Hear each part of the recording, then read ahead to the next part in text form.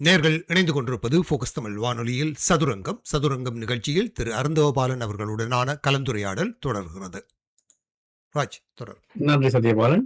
ஆம், மிகுதி விடயங்களுக்கு தொடர்வோமானால், இப்பொழுது வடபுலத்திலே அல்லது தமிழ் தேசிய பரப்பிலே புதிய புதிய கட்சிகள் முளைத்து வந்திருந்தன. இப்பொழுது புதிய புதிய அமைப்புகள், அதாவது தமிழ் தேசிய பரப்பிலே உள்ள தமிழர் பிரச்சனைக்கு தீர்வு காணும் முகமாக புதிய புதிய அமைப்புகள் அல்லது கூட்டுக்கள் உருவாகி வருகின்றன. நான் சொல்வது என்னவென்று சொன்னால், அண்மையிலே சில மாதங்களுக்கு முன்னர் திருவண்ணாமலையிலே ஒரு குடும்பம் புதிய பிரகரணம், திருவண்ணாமலை பிரகடனம் என்று சொல்லி ஒரு குழுவை உருவாக்கியிருந்தார்கள்.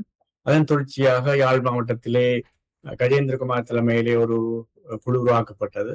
பின்னர் கொழும்பு சட்டத்தரணிகள் சங்கம் என்று சொல்லி ஒரு குழு உருவாக்கப்பட்டது.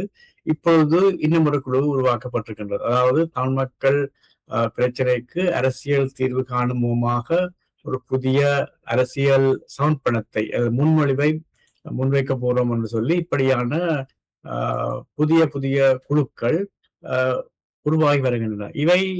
இவற்றுக்கான காரணம், நாங்களும் ஏதோ தமிழ் மக்களுக்காக செய்து கொண்டிருக்கிறோம் என்று மக்களை நம்ப வைப்பதற்கான ஒரு நடிப்பா, அல்லது உண்மையிலேயே இப்படியான ஒரு நடவடிக்கை தேவை என்று நீங்க நினைக்கிறீர்களா இந்த காலகட்டத்திலே? இது கொஞ்சம் ஆழமா சிந்திக்க வேண்டிய விஷயம். முதற்கண் ஒரு விடயத்தை நான் சொல்லுவேன்.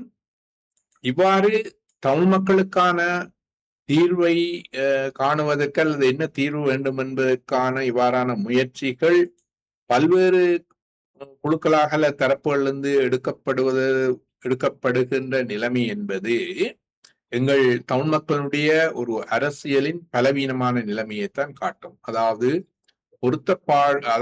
மிக பொருத்தமான ஒரு தலைமைத்துவம், ஒரு அரசியல் கட்டமைப்பு, அது கட்சிகளா இருக்கலாம், கட்சி சாராத அமைப்புகளா இருக்கலாம், இவற்றின் கூட்டுகளாக இருக்கலாம்.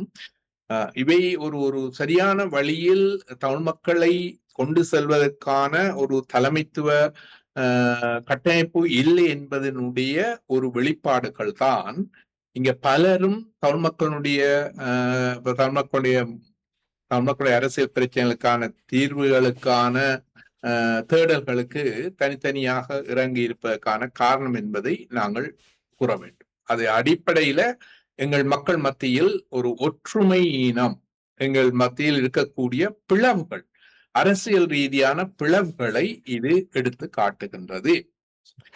மற்றியது, இவ்வாறான முனைப்பு இப்பொழுது பலராலும் முன்னெடுக்கப்படுவதற்கான ஒரே ஒரு எதிர்பார்ப்பு,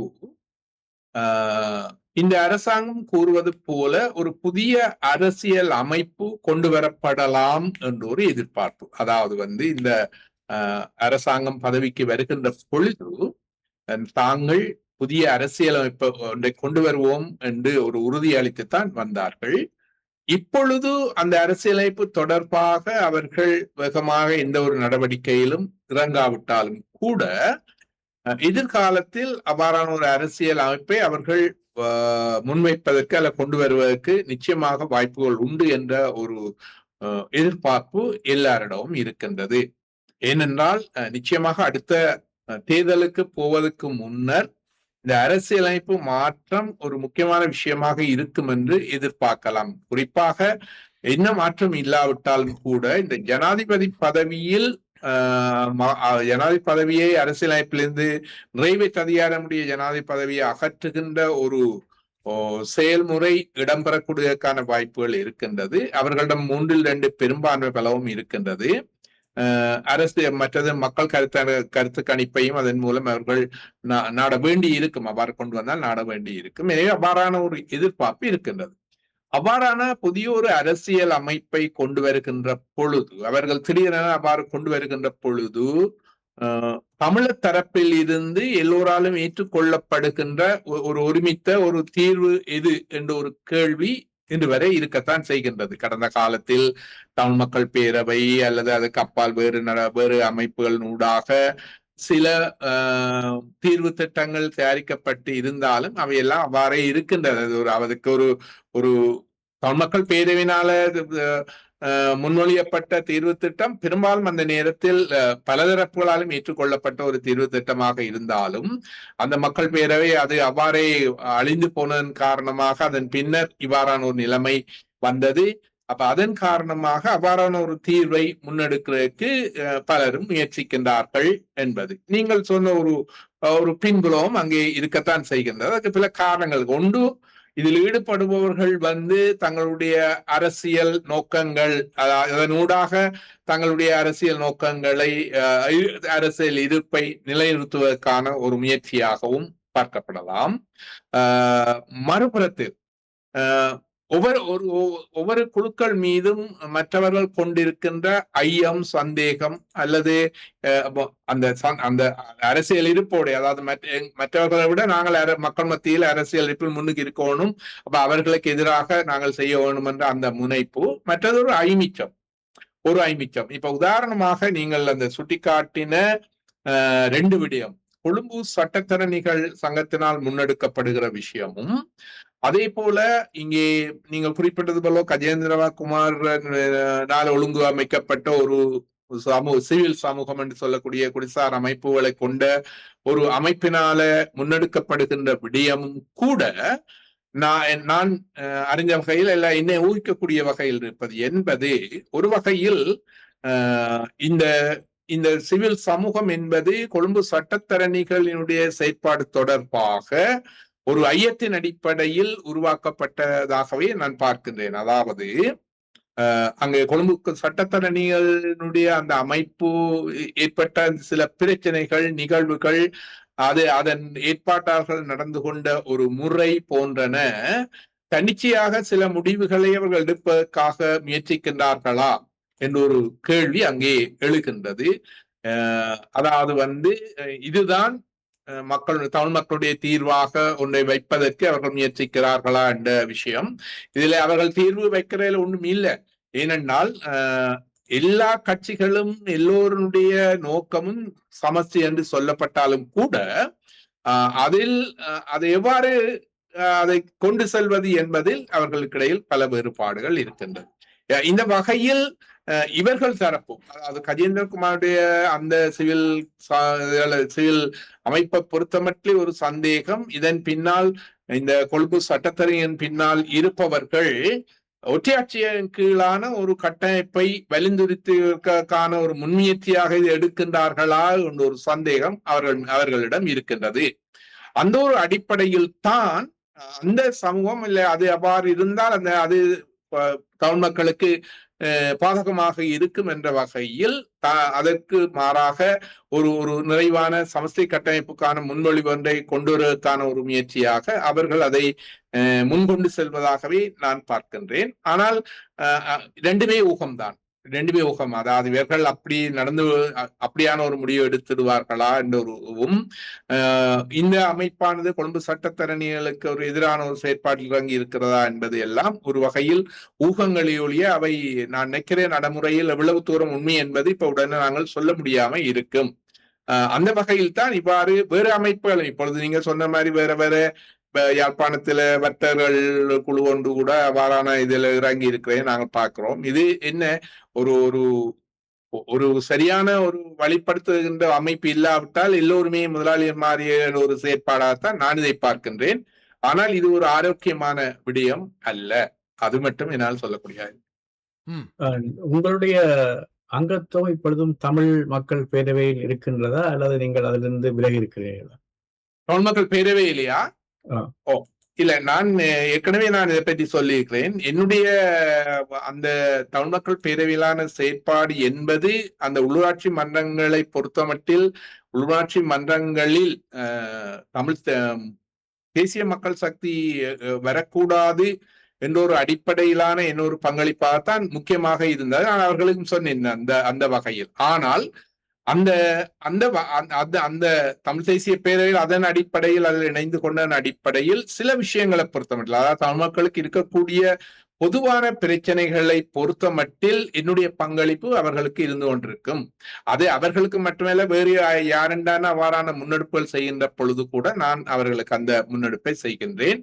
மற்றபடி ஒரு தேர்தல் அல்லது கட்சி சார்ந்த நடவடிக்கைகள் தொடர்பாக என்னுடைய ஈடுபாடு இருக்காது என்பதை நான் முதலேயே சொல்லியிருக்கிறேன். நான் ஒரு மக்கள் சார்ந்து மக்களுக்கான ஒரு பொதுவான பிரச்சனைகள் மத்தியில் நான் அதில் ஒன்றுபடுவதற்கு அல்லது தோள் கொடுப்பதற்கு தயாராக இருக்கிறேன். அவ்வாறுதான் செய்தும் இருக்கிறேன். புதிய அரசியல் சாசனம் ஒன்று வருவது என்பது உங்களுடைய கருத்தின்படி அல்லது பொதுவான கருத்தின்படி வருவதானால் அநேகமாக இந்த ஆட்சி காலத்தின் இறுதியில்தான் வரும் அல்லது வராமலும் போகலாம் என்ற, அதாவது ஜனாதிபதி முறையை மாற்றி அமைப்பது என்று ஒவ்வொரு ஜனாதிபதிகளும் சொல்லித்தான் ஆட்சிக்கு வந்தார்கள். ஆனால் பின்னர் அவர்கள் தங்களுடைய முழு ஆட்சி காலத்தையும் ஜனாதிபதியினுடைய அதிகாரத்தை கொண்டுதான் நடத்தி வந்தார்கள். அதே போலத்தான் ஒருவேளை தங்களுடைய கடைசி ஆட்சி காலத்திலே அதை நீக்குவதற்கான முயற்சிகளை செய்வார்கள். அதே போலத்தான் இவரும் செய்யலாம் என்ற எதிர்பார்ப்பு இருக்கின்றது. அப்படி இருக்கும் நிலை இப்பொழுது ஒரு புதிய அரசியல் சாதனம் வரும் என்ற நிலை காணப்படாத நிலையிலே இப்படியான கூட்டங்கள் வைத்து புதிய அரசியல் சாதனத்துக்கான முன்வளைவுகளை நாங்கள் ஆராய்வோம் செய்வோம் என்று சொல்வது ஒரு ஒரு நாடகமாக கருதப்பட முடியாது. இல்ல, இப்ப இதுல அரசியல் கட்சிகள் அவ்வாறான நடவடிக்கைகளை செய்கின்ற பொழுது உங்களுடைய கருத்தின்படி அது ஒரு அரசியல் தேவைக்காக செய்வதாக கருதி கொள்ளலாம். ஆனால் கொழும்பு சட்டத்தரணிகள் அமைப்பு இதை முன்னெடுத்து செய்கின்ற பொழுது அந்த அரசியல் கட்சி போன்ற நோக்கங்கள் அவர்களுக்கு இருக்குமான ஒரு கேள்வி இருக்கின்றது. அதுக்குள்ள எல்லா கட்சியை சேர்ந்த உறுப்பினர்கள் ஒன்றிணைக்கிறார்கள் என்பது ஒரு புறம் இருந்தாலும் அது அவர்களுக்கு அந்த நோக்கம் இருக்குமான ஒரு கேள்வி இருக்கின்றது. ஆனா ஒரு தேவை இருக்கின்றது என்னென்றால்,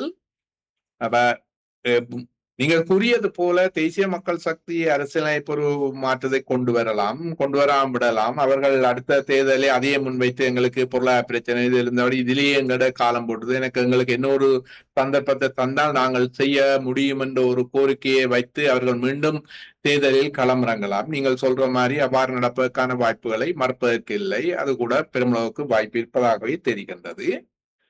அரசியல் கட்சிகள் இது நீங்கள் கூறியது போல இந்த தீர்வு நடவடிக்கைகள் இது போன்றவற்றில் ஈடுபடுவதில் அவர்களுடைய அரசியல் இருப்பு முக்கியமான ஒரு விஷயமாக இருந்தாலும் அதுக்கு அப்பால இருக்கக்கூடிய சட்டத்தரணிகள் பேரவை போன்றன அவற்றின் பின்னால் அபார நோக்கம் இருக்குமா என்று நாங்கள் சிந்திக்க வேண்டி இருக்கின்றது. இன்றைக்கு இன்னொரு விஷயம் இருக்கின்றது. ஒவ்வொரு குழுக்களின் பின்னாலையும் வேறு வகையான தூண்டுதல்களையும் நாங்கள் மறுப்பதற்கு இல்லை. வெவ்வேறு உள்நாட்டிலோ அல்லது புலம்பெயர்ந்த தேசங்கள்ல இருக்கின்ற வெவ்வேறு குழுக்கள் அல்லது வெவ்வேறு சக்திகள் கூட இவ்வாறான தனித்தனியான தீர்வு முயற்சிகளுக்கான ஒரு ஏற்பாடுகளுக்கு கூட தூண்டுதலாக இருக்கதாக சில செய்திகள் இருக்கிறதையும் நாங்கள் பார்க்கின்றோம்.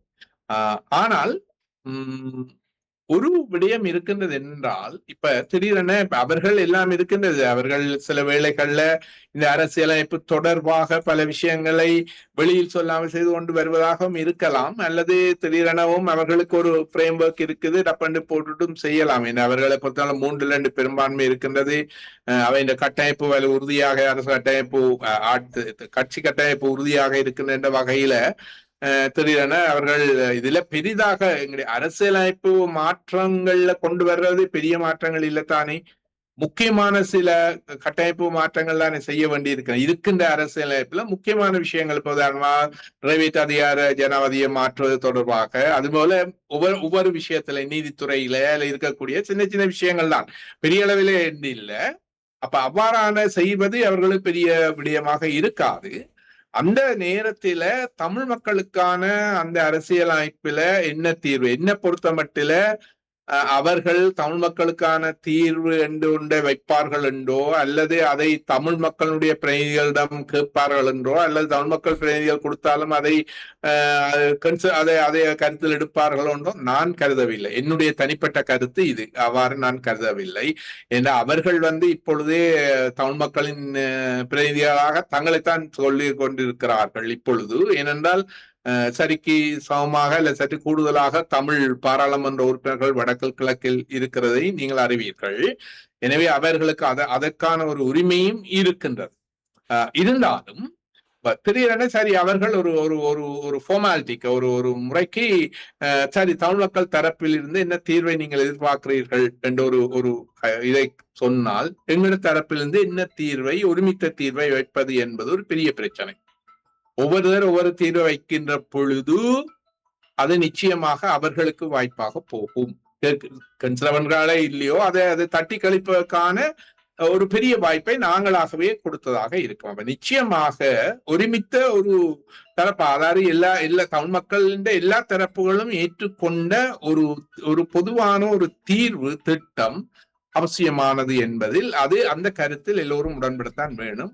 அது கொண்டு நாங்கள் அடிக்கடி கூடி இந்த தீர்வு திட்டங்களை தயாரிக்கிறோம் பார்க்க அடிப்படையான ஒரு தீர்வு திட்டத்தை வைத்துக் கொள்ளலாம். அன்றைய கலைச்சூழலுக்கு ஏற்ப அதுல சில நெகிழ்வினை இறுக்கத்தினை கடைபிடிக்கக்கூடிய நிலைமை இருக்குமே ஒழிய எங்களுக்கான ஒரு தீர்வுக்கான ஒரு நாங்கள் சமஸ்டி என்று சொல்கிறோம் தான். ஆனால் அந்த சமஸ்டி தொடர்பாக சரியான ஒரு சட்ட பரவலாக்க விடயங்கள், விதி அடிப்படையிலான உறுப்புகள் அடிப்படையிலான தெளிவான ஒரு வரைப்பு யாரிடமும் இல்லை. இந்த விடயத்தில் மன்னிக்கவும் ஒரு விடயம், அதாவது யாழ்ப்பாணத்தில் கூட்டப்பட்ட இந்த அரசியலமைப்பு விவகார கூட்டத்திலே கிட்டத்தட்ட ஒரு 60-70 பேர் கலந்து கொண்டிருந்தார்கள். அதில் பெரும்பான்மையானவர்கள் யாழ் மாவட்டத்தைச் சேர்ந்தவர்கள்.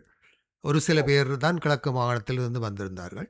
இவர்கள் தமிழ் மக்களுக்கான ஒரு அரசியல் தீர்வு என்று பேசும்போது மலையக மக்களையும் யாழ் மாவட்டத்துக்கு வெளியிலே கொழும்பு, கம்பகா போன்ற மாவட்டங்களிலே வாழுகிற கொழும்பு தமிழர்கள் மற்றும் ஏனைய தமிழர்கள் தொடர்பான பிரதிநிதிகள் யாரும் அங்கு சமூகம் அளித்ததாகவோ தமிழ் மக்களுடைய தீர்வு தொடர்பான கலந்துரையாடலில் கலந்து கொண்டதாகவோ தெரியவில்லை.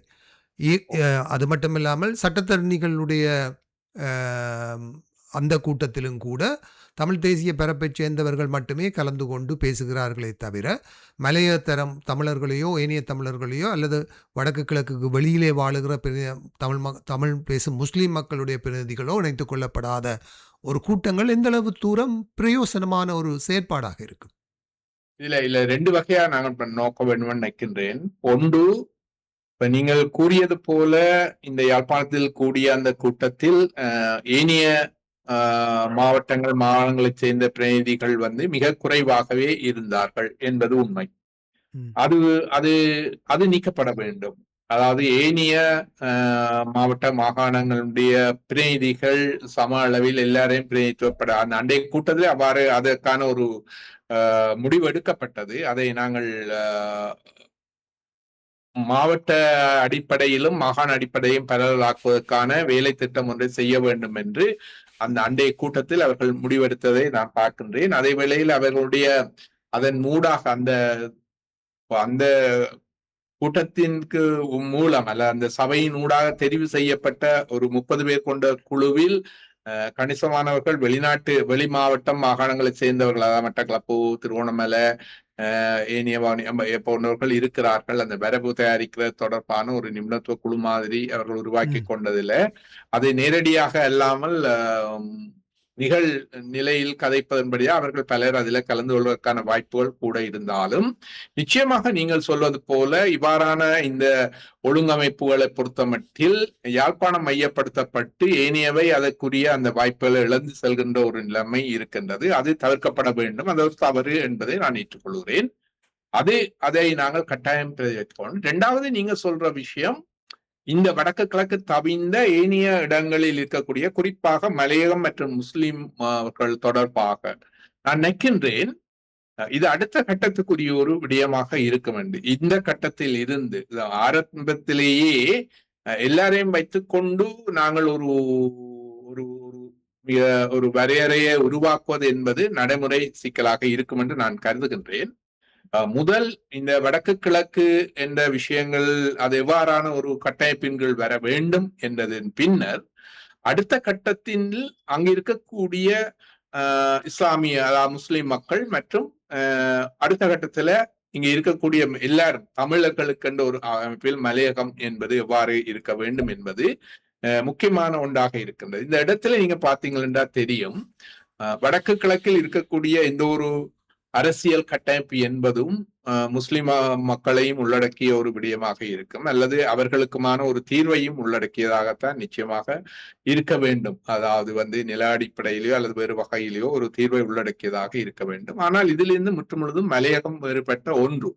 எனவே இவர்களை உள்ளடக்கிய தீர்வு அதாவது முஸ்லிம்களை உள்ளடக்க வேண்டும் என்பதற்கும் ஒரு நிலை இருக்கின்றது. அதுக்கப்பால் மலையகம் என்பது நிச்சயமாக இவ்வாறான ஒரு சமஸ்டி போன்ற இவ்வாறான வடக்கு கிழக்குக்கான தீர்வுக்குள்ள அவர்கள் நிச்சயமா வரமாட்டார்கள். அவர் அடுத்த கட்டத்திலே பரவாக்கப்படுகின்ற பொழுது ஒரு தேசியம் என்ற வகையிலே எவ்வாறு கையாளப்பட வேண்டும் என்பது அது எங்களுக்கு இருக்கக்கூடிய பொறுப்பிலுமாக மலைய மக்களுக்கு கூட இருக்கின்றது.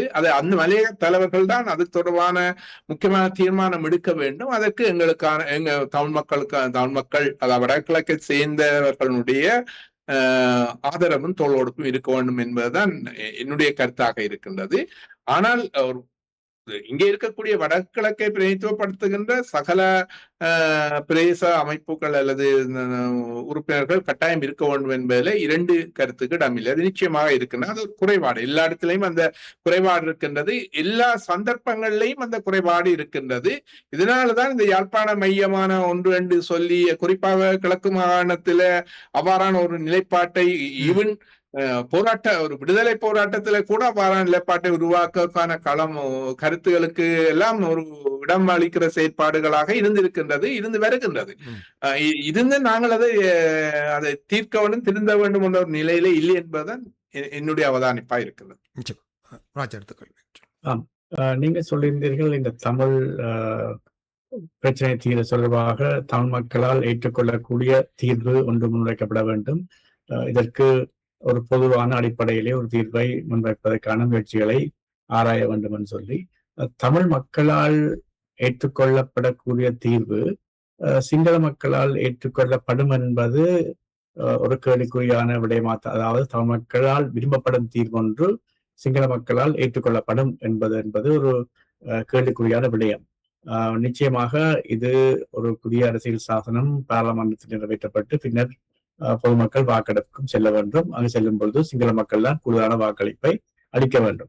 இப்படி இருக்கும் இடையிலே சிங்கள தலைவர்களாலும் ஏற்றுக்கொள்ளப்பட்ட தீர்வுகளாக எங்களுக்கு ஒற்றையாட்சியை விட்டு விலகிய தீர்வாக இருக்கக்கூடிய சந்திரிகா காலத்திலே கொண்டு வரப்பட்ட ஒன்றிய யூனியன் ஆஃப் ரீஜன்ஸ் அந்த தீர்வு சம்பந்தமாக அல்லது ஏற்கனவே பேசப்பட்ட மங்கள முனசிங்க அல்லது திஸ்ஸ விதாரண போன்றவர்களால் முன்மொழியப்பட்ட சில தீர்வுகளின் அடிப்படையிலே ஒரு தீர்வை முன்வைப்பதற்கான சாத்தியக்கூறுகளை விடுத்து கடுமையான சமஷ்டி கட்டமைப்பினுடைய ஒரு தீர்வு தான் வர வேண்டும் என்று நாங்கள் முன்வைப்பது எவ்வளவு புத்திசாலித்தனமாக இருக்கும். அதாவது புதிய அரசியல் சாசனம் பார்லமெண்டத்தில் நிறைவேற்றப்பட வேண்டும், சிங்கள மக்களால் அல்லது இளைஞருடைய பெரும்பான்மை 50% மேற்பட்ட மக்களால் ஏற்றுக்கொள்ளப்பட வேண்டும். இந்த நிலையிலே எங்களுடைய அதிகூடிய ஒரு எதிர்பார்ப்பை நாங்கள் முன்வைப்பது எவ்வளவு புத்திசாலித்தனமாக இருக்கும் அல்லது யதார்த்தபூர்வமாக இருக்கும். இவ்வாறான அரசியல் பேரம் பேசுதலில் 2 கட்டங்கள் இருக்கென்று நான் கருதுகின்றேன். இது சம்பந்தப்பட்ட தரப்புகள் தங்களுடைய அதிஉச்ச கோரிக்கையை முன்வைப்பதுதான் பொதுவாக அரசியல் பேரம் பேசுதலில் உள்ள விஷயங்கள். எங்களை பொறுத்த மட்டில் தமிழ் தரப்பு தனது அதிஉச்ச கோரிக்கையையும் அதே வேளையில் சிங்கள தரப்பு தனது அதி குறைந்த அதாவது தங்களால் வழங்கக்கூடிய அதிகூடிய என்றது எங்களை பொறுத்தவரை அதி குறைந்ததாக இருக்கும் ஒரு தரப்பு பேரம் பேசுதலுக்கு வரும். 2வது கட்டம் அவ்வாறான ஒரு பேரம் பேசுதல் நூடாக ஒரு சமநிலைக்கு வர முயற்சித்தல்.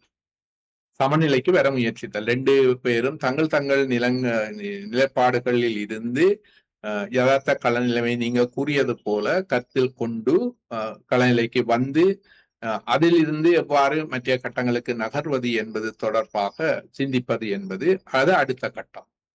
அவர்கள் ஒரு அரசியல் பேரம் பேசுதல் அவர்கள் இப்படித்தான் தருவார்கள், எனவே நாங்கள் அதற்கேற்றபடி எங்களுடைய கோரிக்கைகளை முன்வைக்க என்று சிந்திப்பது அது ஒரு தவறான முறை. அவ்வாறான அப்படி சொல்லவில்லை. அதாவது அவர்களாலும் அதாவது சிங்கள கட்சிகளாலும் ஏற்றுக்கொள்ளப்பட்டதாக கருதப்படுகின்ற தீர்வை நீங்கள் அப்படி சொன்னா நான் கருதல. நான் சொல்ற விஷயம் அவர்களால் ஏற்றுக்கொள்ளப்படுகின்ற விடயம் என்று சொன்னால் இப்ப இருக்கிறதா? இப்ப அவர்கள் இப்பொழுது மாகாண சபையையும் ஏற்றுக்கொள்ற நிலையில இல்லத்தானே உங்களுக்கு? இப்பய நிலையில இப்ப இல்ல, எப்பவுமே மாகாண சபையை எந்த ஜேபி மட்டுமல்ல, என்பிபி மட்டுமல்ல, எந்த ஒரு சிங்கள ஆட்சியாளர்களும் கூட மாகாண சபையை அதன் பேரளவிற்காக, அதுவும் இந்தியாவோடு செய்து கொண்ட ஒரு உடன்பாட்டுக்காக பேரளவில் வைத்திருக்க விரும்புகிறார்களே ஒழிய, மாகாண சபையை ஒரு அதிகார பரவலாக்கலுக்கான ஒரு பங்கீட்டு ஒரு அரசாங்க அதிகார பரவலாக்கலுக்கான முழுமையான அழகாக கூட அவர்கள் வைத்திருக்க விரும்பவில்லை என்பது அதன் தோற்றம் தொடக்கம் அதன் பின்னர் இன்று வரையில் நடக்கின்ற நடவடிக்கைகள் தொடர்பாக நாங்கள் பார்த்து கொண்டிருக்கின்றோம். எனவே அவர்கள் இதை என்ன செய்வார்கள் என்று நாங்கள் தீர்மானிக்க முடியாது. நாங்கள் ஒரு தேசிய இனம், ஒரு தரப்பு என்ற வகையில் எங்கள் கோரிக்கையை முன்வைக்கிறதுக்கு எங்களுக்கு முழு உரிமையும் இருக்கின்றது. இன்றைக்குள்ள எங்களுடைய அரசியல் பிரச்சனையே அதுவாகத்தான் இருக்கின்றது. அந்த அரசியல் பிரச்சனையாகத்தான் இருக்கின்றது. இன்றைக்கு அவர்களை பொறுத்த மட்டில் தமிழ் மக்களுக்கு பிரச்சனையே இல்லை, எதுவும் கொடுக்க தேவையில்லை என்ற நிலைப்பாடுல இருக்கிறார்கள்.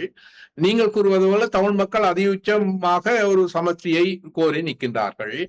ஆனால் அவர்கள் எல்லாம் தரமாட்டார்கள். இப்ப இந்த தீர்மானங்களை நிறைவேற்றுகின்ற நபர்கள், குழுக்கள், அமைப்புகள் எல்லாவற்றுக்குமே நீங்க சொல்ற விஷயம் புரிந்து கொண்டுதான் செய்கிறார்கள். ஆனா அதற்காக எங்கள் தரப்பினுடைய நியாயத்தையும் தேவையையும் கோரிக்கையையும் நாங்களாகவே குறைக்க கூடாது. இங்க இந்த மாகாண சபையை கோருவதில் உள்ள முரண்பாடு அங்குதான் வருகின்றது. நாங்கள் பொதுவாக மாகாண சபை ஒரு நல்ல அமைப்பு, ஏற்றுக்கொள்வோம் என்று நாங்கள் அதிலிருந்து படிப்படியா முன்னேறுவோம் என்று சொல்ற தரப்புக்கும், இதனூடாக எங்களுக்கு பாதிப்பு தான் ஏற்படும், எனவே அதை நாங்கள் முன்னிலைப்படுத்தக்கூடாது என்று சொல்ற தரப்புக்கும் இடையிலான பிரச்சனையும் இங்கேதான் உருவாகின்றது. ஏனென்றால் இது இங்கே இருக்கக்கூடிய எங்களுக்கு இடையில இது தொடர்பாக இருக்கக்கூடிய பிரச்சனை என்பது சிங்கள தரப்புகளின் நிலைப்பாட்டினால் உருவாக்கப்படுகின்றதை ஒழிய வேறு ஒன்றும் இல்லை. இப்ப உதாரணத்துக்கு நாங்கள் இப்படியே சொல்லுவோமே, ஒற்றையாட்சியை நாங்கள் வெறுக்கிறோம், ஒற்றையாட்சிக்குள்ளேயே ஏன் வெறுக்கிறோம் என்றால் அவன் நிலைப்பாடு.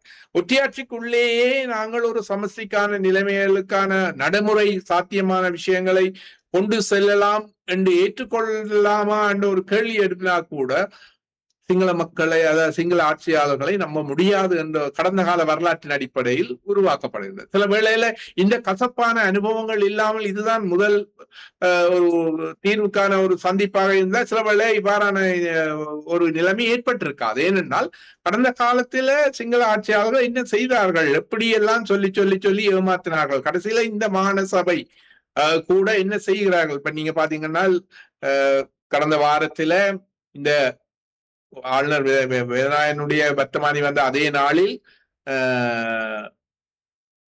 பாராளுமன்றத்தில் மாநசபை நிரலுக்குள் வரக்கூடிய சுற்றுப்புற சூழல் தொடர்பான விடயங்களை மத்திய அரசு எடுக்கிற, அதாவது கொழும்பு அரசு எடுக்கிற நடவடிக்கைகள் பற்றி நீங்கள் கேள்விப்பட்டிருப்பீர்கள். அப்போ யாரும் மாறவில்லை.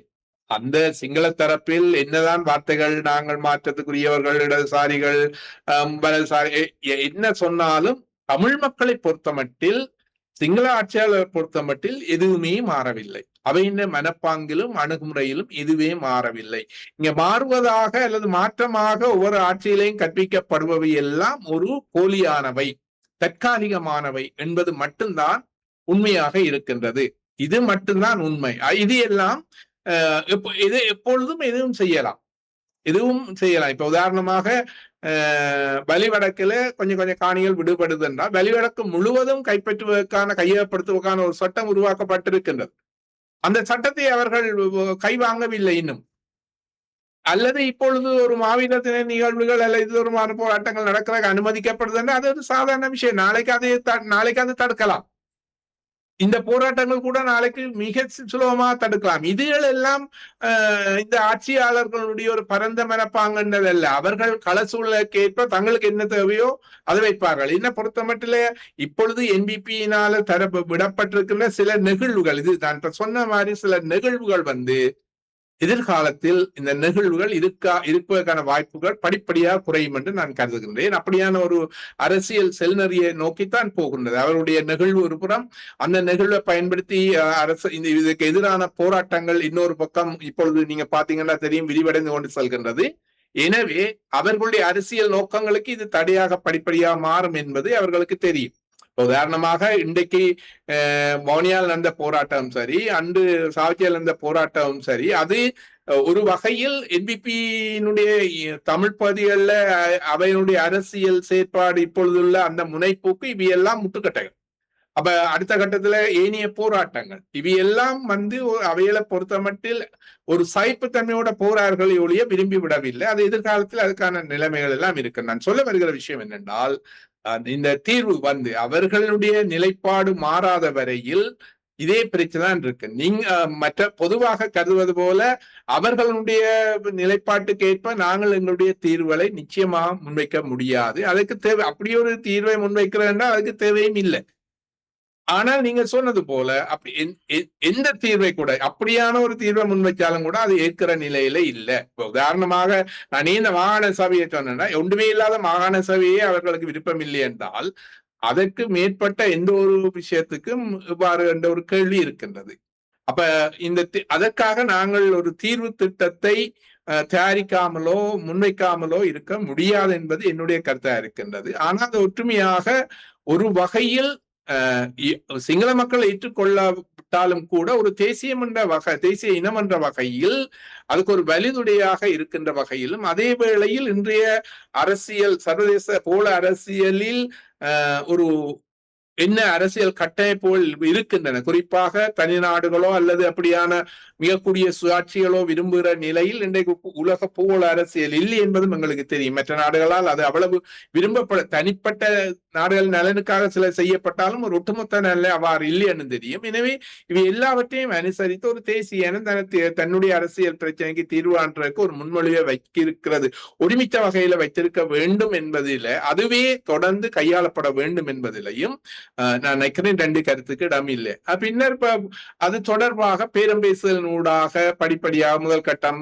இரண்டாவது கட்டம், உதாரணமா இப்ப பாருங்கள் இந்த ஈரான் அமெரிக்க போர் நிலைமையிலும் கூட எத்தனையோ சிக்கலுக்குள்ள ஒரு தற்காலிக உடன்படிப்பு பேச்சுவார்த்தை அப்படி என்று போய்கொண்டிருக்கின்றது. திடீரென எல்லாத்தையும் நாங்கள் செய்ய முடியாவிட்டாலும் ஒரு பேரம் பேசல் ஊடாக சிலவற்றை அடுத்த கட்டத்துக்கு நகர்த்தி நாங்கள் என்ன செய்யலாம் என்று யோசிக்கலாம். அதற்காக அத்திவாரத்தை நாங்கள் ஒரு காலம் மலினப்படுத்தக்கூடாது. அத்திவாரம் சரியாக இருக்க வேண்டும். மேல கட்டுறதுகளை நாங்கள் நிலைமைகளுக்கு ஏற்ப கட்டலாம் என்பதுதான் என்னுடைய கருத்தா இருக்கின்றது. நல்லது.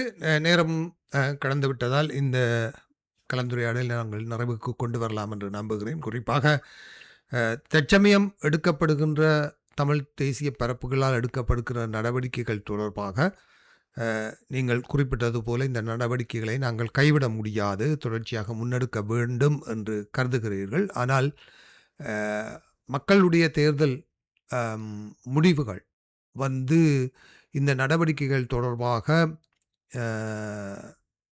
ஒரு எதிர்மறையான கருத்துக்களை தெரிவிப்பதாகவே அமைந்திருந்தன. ஏற்கனவே நீங்கள் குறிப்பிட்டது போல கணிசமான பாராளுமன்ற உறுப்பினர்கள் தேசிய மக்கள் சக்தி தரப்பினராக தெரிவு செய்யப்பட்டது. அவர்கள் வினைத்திறன் தொடர்பான கேள்விகள் இருந்தாலும் அல்லது முதல் முறையாக தெரிவு செய்யப்பட்டவர்கள் என்ற வகையிலும் கூட அவர்களுடைய செயற்பாடுகள் தொடர்பாக தமிழ் மக்களுக்கு போதுமான திருப்தியின்மை இருந்தாலும் நிலைமை அதுவாகத்தான் இருக்கிறது. ஆகவே ஒரு ஒரு ஒரு ஒரு பேச்சுக்கு கேட்டால் தமிழ் மக்களுடைய ஆணையை தமிழ் தேசிய பரப்புகள் சரியாக பிரதிபலிக்கவில்லையா என்று கேட்டால் என்ன சொல்வீர்கள்? இல்ல, நீங்கள் உதாரணமாக காட்டுவது சென்ற பாராளுமன்ற தேர்தல். சென்ற பாராளுமன்ற தேர்தல் அதை வைத்துக்கொண்டு தமிழ் மக்களினுடைய அரசியல் அபிலாசைகளை மதிப்பிடக் கூடாது என்ற அந்த தேர்தல், இவ்வாறான விதாசார பிரதித்துவமான தேர்தல் என்பது ஒரு கள நிலைமைக்கேற்ப அது மாறக்கூடிய ஒரு நிலைமை இருந்தாலும், உண்மையில் தமிழ் தேசிய வாக்கடிப்படையில் பார்த்தால் தமிழ் தேசியத்துக்கான, குறிப்பாக தமிழ் தேசியம் சமஸ்திய மையமாக கொண்ட கட்சிகள் பெற்ற மொத்த வாக்குகள் ஒப்பற்றையில் கூட.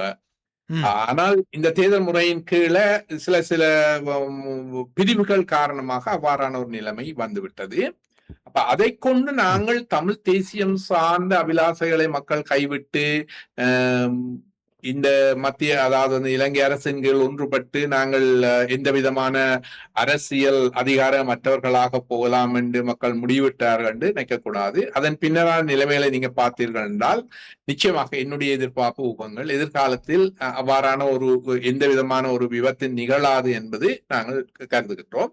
உண்மையில் இந்த விபத்து நிகழ்வதற்கு தமிழ் மக்களினுடைய அரசியல் அபிலாசைகளோ அல்ல அவர்கள் தொடர்பான அரசியல் விருப்பங்கள் ஏற்பட்ட மாற்றம் அல்ல, எங்கள் பிரதிநிதிகளின் மீது ஏற்பட்ட அதிருப்தி. அதாவது வந்து அந்த அபிலாசைகளை நிறைவேற்றுவதற்கு ஒரு இதய சுத்தியுடன் நேர்மையுடன் எங்களுடைய பிரதிகள் நடக்காமல் அதே நீங்கள் கூறியது போல அதையே ஒரு அரசியல் கோஷமா வைத்துக் கொண்டு தங்கள் நலன்களை பார்த்து கொண்டு எங்களுடைய தற்போதைய அரசியல்வாதிகள் இருக்கின்றார்கள் என்ற ஒரு வெறுப்பும் அந்த எதிர்த்தரப்பில் அந்த நேரத்தில் இலங்கையில் ஏற்பட்ட ஒரு அலையும் என்பிபி தொடர்பான ஒரு அலையும் வந்திருந்ததை நாங்கள் பார்க்கலாம். இதுல நீங்க பாத்தீங்கன்னா தெரியும், ஜனாதிபதி தேர்தலில் அவ்வாறு என்பிபிக்கான ஆதரவு இருக்கவில்லை. அதன் பின்னர் தான் அந்த பாராளுமன்ற தேர்தலில் அவ்வாறு வந்தது.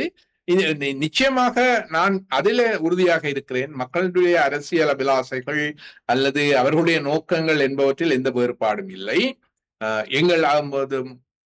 எங்கள் தமிழ் கட்சி பிரதிநிதிகள் அரசியல்வாதிகள் மீது நிறைய அதிருப்தி இருக்கின்றது. அதைவிட முன்னிருந்ததை விட இன்று இன்னும் அதை விட கூட அதிருப்தி இருப்பதை நான் நிச்சயமாக ஏற்றுக்கொள்வேன். அதே வேளையில் மக்களுக்கு அன்றாட பிரச்சனைகள் என்பது மிக முக்கியமான பிரச்சனை. தமிழ் அரசியல்வாதிகளை பொறுத்தமட்டில் அதுவும் இல்லை இதுவும் இல்லை என்று அவர்கள் மக்களுக்கான எந்த ஒரு நீண்டகால நோக்கிலும் சரியாக செய்யவில்லை, குறுங்காலத்திலும் மக்களுடைய வாழ்க்கை தொடர்பாக சிந்திக்கவில்லை. அவர்கள் தங்களை பற்றியும் தங்களுடைய அரசியல் கட்சி குடும்பம் இப்படியே சிந்திக் கொண்டு போறார்கள் என்பதில் முழுமையான உடன்பாடு உண்டு. 100% எல்லாரும் இல்லாவிலும் பெரும்பாலானவர்கள் அவ்வாறு வகையை சேர்ந்தவர்களாகத்தான் இருக்கின்றார்கள். அப்ப அந்த அதிருப்தி ஒரு நிலைமை இருக்கின்றது என்பது உண்மை. அதை வைத்துக் கொண்டு நிச்சயமாக அரசியல் அபிலாசைகளை புறக்கணிக்கிறார் என்று சொல்ல முடியாது. நிச்சயமாக அடுத்து வருகின்ற தேர்தல்களில் இதுக்கான விடையாக ஒரு மாற்றங்கள் ஏற்படுவதற்கான வாய்ப்புகள் நிச்சயமாக உருவாகும். நான் இதுக்கான மாற்றம் என்று சொல்வது கருத்து சிங்கள தேசிய கட்சிகள் பின்னால் செல்வதும், எங்களுடைய கட்சி தலைவர்கள் தங்களை மாற்றா இருந்தால் அதற்கு எதிராக மக்கள் இறங்குவதும், புதியதொரு அணி ஒன்று உருவாவதற்கான வாய்ப்புகளும் எதிர்வருகின்ற தேர்தல் என்பது என்னுடைய ஒரு எதிர்கூறல் வந்து பாராளுமன்ற தேர்தல் தான் முதல் நடப்பதற்கான வாய்ப்புகள் இருக்கின்ற. ஜனாதிபதி தேர்தல் பாராளுமன்ற தேர்தலை தவிர மாகாண சபை தேர்தல் நடப்பதற்கான எந்த வாய்ப்புகளும் நிச்சயமாக இருக்காது என்பதுதான் என்னுடைய எதிர்கூறலா இருக்கின்றது. எனவே வருகின்ற பாராளுமன்ற தேர்தலை பொறுத்தமட்டில் ஒரு முக்கியமான மாற்றங்கள் இப்ப இருக்கிறதை விட ஒரு முக்கியமான மாற்றத்தின் ஊடாக புதியதொரு அணி தமிழ் மக்களுக்கு தலைமை தாங்க ஒரு நிலைமை உருவாக கூடும் என்று நான் ஊகிக்கின்றேன்.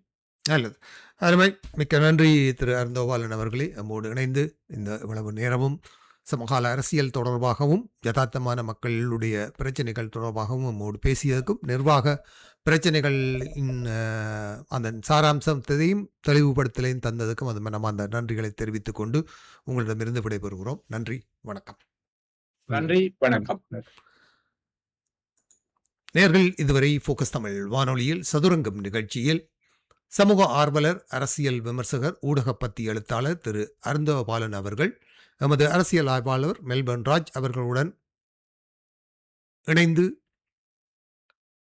கலந்துரையாடல் இடம்பெற கேட்டீர்கள்.